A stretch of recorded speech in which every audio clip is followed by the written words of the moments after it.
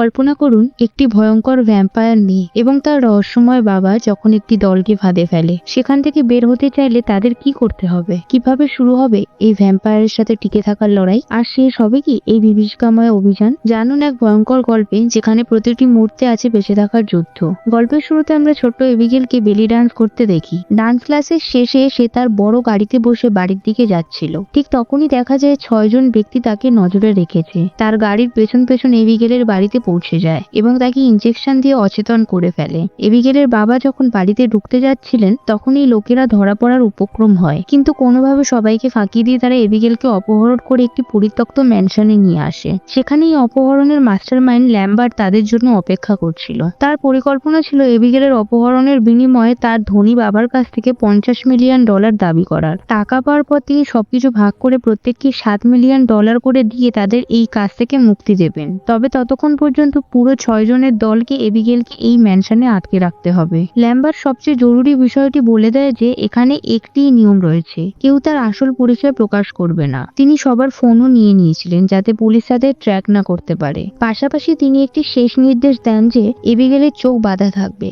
এবং তার ঘরে জয়ে ছাড়া আর কেউ প্রবেশ করবে না। ল্যাম্বার্ট চলে যাওয়ার পর সময় কাটানোর জন্য তারা একে অপরের সম্পর্কে ধারণা করা শুরু করে। জয়ে ছিল মানুষের পরিচয় বুঝতে পারদর্শী। সে বলে যে ফ্র্যাঙ্ক একজন পুলিশ ডিটেকটিভ, যা 100% সঠিক ছিল। তার সামনে বসা মেয়েটি একজন হ্যাকার, যিনি মানুষের অ্যাকাউন্ট হ্যাক করে টাকা উপার্জন করতেন। এরপর সে শক্তিশালী ব্যক্তিটিকে দেখে বলে, তুমি নিশ্চয়ই একজন গ্যাংস্টার। আর ড্রাইভার তার ভালো ড্রাইভিং দক্ষতার জন্য দলে ছিল। আর শেষে ছিল স্নাইপার, তার চালচলন থেকে তাকে একজন মিলিটারি লোক মনে হচ্ছিল। সবার সম্পর্কে ঠিকঠাক অনুমান করলো। এবার নিজের কথা উঠলে ফ্র্যাঙ্ক বলে, ড্রাগসের আসক্তি তোমাকে ধ্বংস করেছে, তোমার ছেলে তোমার থেকে দূরে সরে গেছে, এই কারণেই তুমি এত ক্যান্ডি খাও। সব কথা শোনার পর জয় এবিগেলের ঘরে যায় এবং তার চোখের বাঁধন খুলে দেয়, যা ল্যাম্বার্টের নিয়ম ভঙ্গের মধ্যে একটি ছিল।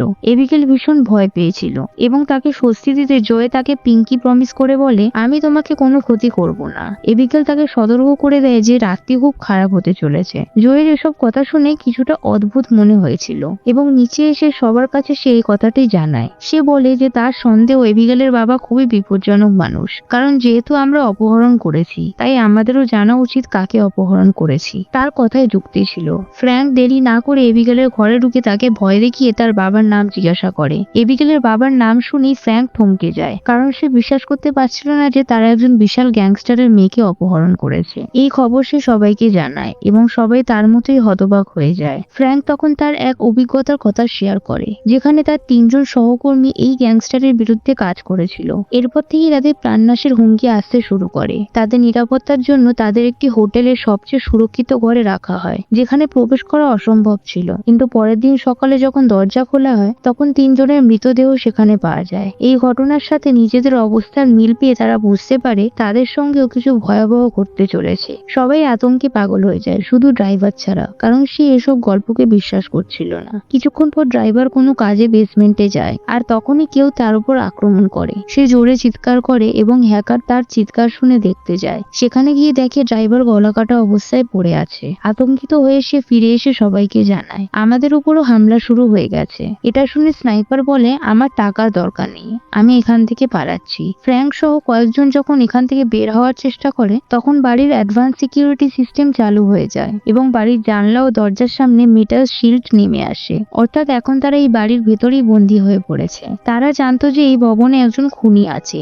যে তাদের সবাইকে হত্যা করতে চায়, তাই সবাই সতর্ক হয়ে যায়। জয় এবিগেলের কাছে জানতে চায়, তুমি কি এসব আক্রমণ সম্পর্কে কিছু জানো? তখন এবিগেল তাকে জানায় যে আসলে ফ্র্যাঙ্ক তার বাবার লোক এবং সে যখন তার ঘরে এসেছিল তখন তাকে হুমকি দিয়েছিল যেন সে কাউকে কিছু না জানায়। এটা শুনে জয় রেগে যায়। সে ফ্র্যাঙ্কের কাছে যাওয়ার আগে পিছনে ফিরে দেখে যে স্নাইপারকেও হত্যা করা হয়েছে এবং তার মুখ ক্ষতবিক্ষত হয়ে গেছে। জয় আরো ভয় পেয়ে যায় এবং ফ্র্যাঙ্ককে বন্দুক তাক করে ধরে। ফ্র্যাঙ্ক বোঝানোর চেষ্টা করে যে এবিগেল তাদের সাথে খেলা করছে, কিন্তু জয় তার কথায় বিশ্বাস করে না। তাদের মধ্যে লড়াই শুরু হয় এবং তারা এবিগেলের ঘরে চলে আসে। সেখানে এবিগেল নিজেই হাত করে খুলছিল। এর পরের মুহূর্তে সে এক ভয়ঙ্কর ভ্যাম্পায়ারে রূপান্তরিত হয়। ফ্র্যাঙ্ক তাকে গুলি করে, কিন্তু এবিগেল তাড়াতাড়ি নিজের ক্ষত সারিয়ে ফেলে। এটা থেকে সবাই তাড়াতাড়ি ভয়ে ঘর থেকে বের হয়ে তার ঘরটি বাইরে থেকে তালা দিয়ে দেয়। এবিগেলকে দেখে তাদের বেশ কিছু রহস্য পরিষ্কার হয়ে যায়, যেমন এবিগেল একাই নয়, তার বাবা মাও ভ্যাম্পায়ার, তাই সবাই তার ভয়ে থাকে। এখনো পর্যন্ত যত হত্যাকাণ্ড হয়েছে সব এবিগেলই করেছে। বেঁচে থাকতে হলে তাদের এবিগেলকে হত্যা হত্যা করতে হবে। এই কারণে সবাই কিছু অস্ত্র বানানোর চেষ্টা শুরু করে যাতে তারা এবিগেলকে মেরে ফেলতে পারে, কিন্তু জয় এতে তাদের সাথে থাকে না। তার মত ছিল জীবিত থাকতে হলে আমাদের এবিগেলের সাথে চুক্তি করা উচিত। তবে কেউ তার কথায় কর্ণপাত করে না এবং তারা এবিগেলের ঘরের দরজা খুলে দেয়। ঘরে তারা দেখে এবিগেল মৃত স্নাইপারের দেহ নিয়ে নাচছে। সবাই পেছন থেকে তার উপর আক্রমণ করে, কিন্তু এবিগেল এত শক্তিশালী ছিল যে তাদের অস্ত্রের কোনো প্রভাবই তার উপর পড়ে না। কোনো রকমে প্রাণ নিয়ে তারা এবিগেলের ঘর থেকে পালিয়ে বাইরে বের হয়ে আসে। জয় সবাইকে জানায় যে এবিগেলের উপর অজ্ঞান করার ইনজেকশন ব্যবহার করা উচিত, কারণ আগে তাকে একইভাবে অজ্ঞান করা হয়েছিল। তার আইডিয়া ভালো ছিল, তাই সবাই সেই প্ল্যানের উপর কাজ শুরু করে। কিন্তু এবিগেলকে ধরা এত সহজ ছিল না। সে এখনো সবার উপর প্রভাবশালী ছিল। তাদের দলের এক গুন্ডা অনেক কষ্টে পেছন থেকে এবিগেলকে ধরে ফেলে, আর ঠিক সময় মতো জয় তাকে অজ্ঞান করার ইনজেকশন দিয়ে দেয়। এই ধস্তাধস্তির মধ্যে এবিগেল তার একটি সদস্যের হাতে কামড়ে দেয়। সবাই আতঙ্কিত ছিল যে সেই মেয়েটি ভ্যাম্পায়ারে রূপান্তরিত হতে পারে। যখন এবিগেলের জ্ঞান ফেরে তখন সে নিজেকে একটি জেলে পায়। তারা এবিগেলের কাছে জানতে চায় তুমি আসলে কি চাও। এখানেই তারা ভয়ঙ্কর সত্য জানতে পারে যে আসলে তারা এবিগেলকে অপহরণ করেনি, বরং এবিগেলই তাদের অপহরণ করেছে। এটি ছিল তার পুরো পরিকল্পনা এবং ল্যাম্বার্ট এবিগেলের জন্যই কাজ করত। দেখতে সে ছোট একটি মেয়ে মনে হলেও সে এই পৃথিবীতে 100 বছর ধরে বসবাস করছে। এবিগেল তাদের জানে তোমরা এখানে কারণ তোমরা আমার বাবাকে কোনো না কোনো ভাবে ক্ষতি করেছো। এর মধ্যে হ্যাকার এবিগেলের বাবার অ্যাকাউন্ট থেকে হ্যাক করে $1 মিলিয়ন চুরি করেছিল, যার কারণে ব্যাংক তার বাবার বিরুদ্ধে তদন্ত শুরু করেছিল। জয় যে একজন মিলিটারি ডাক্তার ছিল, সে মাদকাসক্ত অবস্থায় এবিগেলের বাবার এক সহযোগীর ভুল অপারেশন করেছিল, যা তার বাবার জন্য ক্ষতির কারণ হয়ে দাঁড়িয়েছিলেন। এই কথা শুনে জয় তাকে বলে আমি জানি তোমার বাবা এখন আর তোমাকে ভালোবাসে না, তুমি যাই করো তিনি আর তোমার দিকে তাকাবেন না। এই কথাবার্তার পরে সবাই এখান থেকে পালানোর সিদ্ধান্ত নেয়। এখান থেকে বের হতে হলে তাদের বাইরে যাওয়ার পথ খুঁজে বের করতে হবে। তিনজন মিলে পথ খোঁজার কাজ শুরু করে, আর ফ্র্যাঙ্ককে এবিগেলের উপর নজর রাখার দায়িত্ব দেয়া হয়। বাকিরা চলে যাওয়ার পর এবিগেল ফ্র্যাঙ্কের সাথে একটি চুক্তি করে। সে বলে তুমি যদি আমাকে এখান থেকে বের করে দাও আমি তোমাকে বাঁচিয়ে রাখবো আর বাকিদের খেয়ে ফেলবো। এই কথার ফাঁকে ফ্র্যাঙ্ক এবিগেলের কাছ থেকে সেই ম্যানশন থেকে বের হওয়ার পথও জানতে পারে। এবিগেল জানে এই ভবনের লাইব্রেরিতে একটি বই আছে যার চাপ দিলে এখান থেকে সমস্ত সিকিউরিটি সিস্টেম নিষ্ক্রিয় হয়ে যাবে।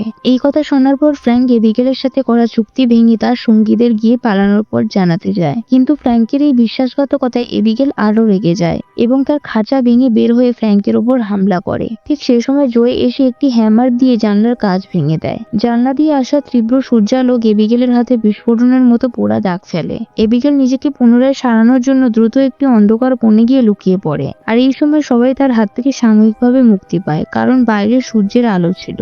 এখনো তাদের পালানোর পথ খুঁজতে হবে, তাই তারা দুজন করে জোড়া হয়ে বের হওয়ার পথ খুঁজতে শুরু করে। ঠিক সেই সময় এবিগেল তার ক্ষমতা ব্যবহার করে সেই মেয়েটির মন নিয়ন্ত্রণ করতে শুরু করে যাকে সে কামড়েছিল।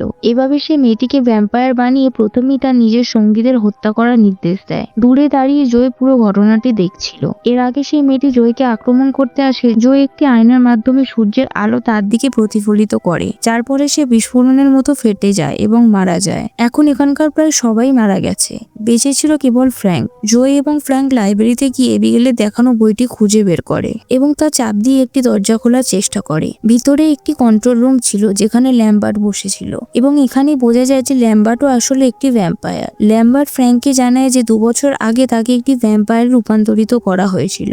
এরপর থেকে সে এবিগেলের জন্য কাজ করছে। ল্যাম্বার্টও এবিগেলের দাসত্ব থেকে মুক্তি পেতে চায় এবং ফ্র্যাঙ্কের সহায়তা কামনা করে। সে ফ্র্যাঙ্ককে প্রথমে মেরে ভ্যাম্পায়ারে রূপান্তরিত করবে, তারপর দুজনে মিলে এবিগেলকে হত্যা করবে। এবিগেলের বাবা একজন বিশাল গ্যাংস্টার, আর তাকে হারিয়ে তারা এই সমস্ত সম্পত্তির মালিক হতে পারবে। ফ্র্যাঙ্ক ল্যাম্বার্টের প্রস্তাবে সম্মতি দেয় এবং ল্যাম্বার্ট প্রথমে ফ্র্যাঙ্ককে কামড়ে দিয়ে তার রক্তপান করে তাকে একটি ভ্যাম্পায়ারে পরিণত করে। ভ্যাম্পায়ার হওয়ার পর ফ্র্যাঙ্ক একটি অস্ত্র নিয়ে ল্যাম্বার্টকে হত্যা করে, যা দেখে বোঝা যায় যে লোভ ফ্র্যাঙ্কের মনে দানা বেঁধেছে। এবিগেল সেখানে নাচতে নাচতে ফ্র্যাঙ্কের কাছে আসে এবং তাদের মধ্যে লড়াই শুরু হয়। এবিগেলের জন্য ফ্র্যাঙ্ককে পরাস্ত করা কঠিন হয়ে পড়ে কারণ ফ্র্যাঙ্ক শক্তিতে এবিগেলের চেয়ে বড়। অন্যদিকে জয় এখন উপলব্ধি করে যে তার বেঁচে থাকার সম্ভাবনা খুবই কম। সে পালানোর চেষ্টা করে এবং শেষবারের মতো তার ছেলেকে ফোন করে। ঠিক তখনই ফ্র্যাঙ্ক এসে তার উপর আক্রমণ করে এবং তাকে কামড়ায়। এতে জয়ও একটি ভ্যাম্পায়ারে পরিণত হয়। ততক্ষণে এবিগেলও এসে জয়কে দেখে এবং ফ্র্যাঙ্ককে হত্যা করার জন্য জয়ের সাথে একটি চুক্তি করে, ঠিক যেমন ফ্র্যাঙ্ক ল্যাম্বার্টের সাথে এবিগেলকে মারার জন্য চুক্তি করছিল। তবে যেহেতু ফ্র্যাঙ্কের কামড়ে জয় ভ্যাম্পায়ারে পরিণত হয়েছিল, ফ্র্যাঙ্ক তাকে নিয়ন্ত্রণ করতে সক্ষম ছিল। সে জয়কে এবিগেলকে হত্যা করার নির্দেশ দেয়। জয় এবিগেলের দিকে এগিয়ে যায়, কিন্তু হঠাৎ সে একটি অস্ত্র নিয়ে ফ্র্যাঙ্কের উপর ঝাঁপিয়ে পড়ে এবং তাকে মেরে ফেলে। শেষ পর্যন্ত এবিগেল এবং জয় বেঁচে থাকে, কিন্তু এবিগেল জয়কে হত্যা করে না, কারণ জয় সবসময় তার সাথে ভালো ব্যবহার করেছিল।